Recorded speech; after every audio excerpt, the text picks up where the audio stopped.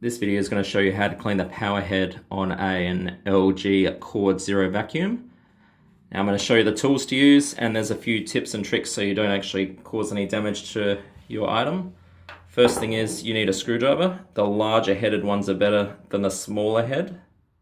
If you use the larger head, it gets into the groove a lot easier and will cause less damage.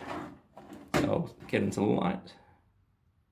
As you can see, that will fit into the groove a lot easier. If you use a smaller one, it may still work, but it can actually cause some damage to the groove. So best to get one that fits correctly.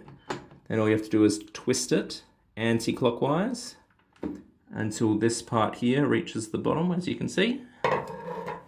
Now to get the brush out, this just twists towards you. So it can be a bit fiddly.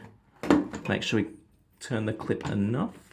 There we go. So that's past this point here, and now it should just lift and the whole assembly should pull out. Just clean down this part here first. Best thing to use is a small brush, like maybe a toothbrush. You can also use a cloth as well if you need to.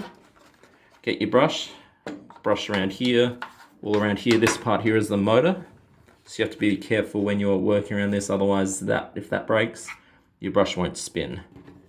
Now to put it all back together, get your brush, insert it through, and then make sure it lines up. So we got to spin it, make sure it lines up. Once it lines up, this screw part should go back to where it was originally.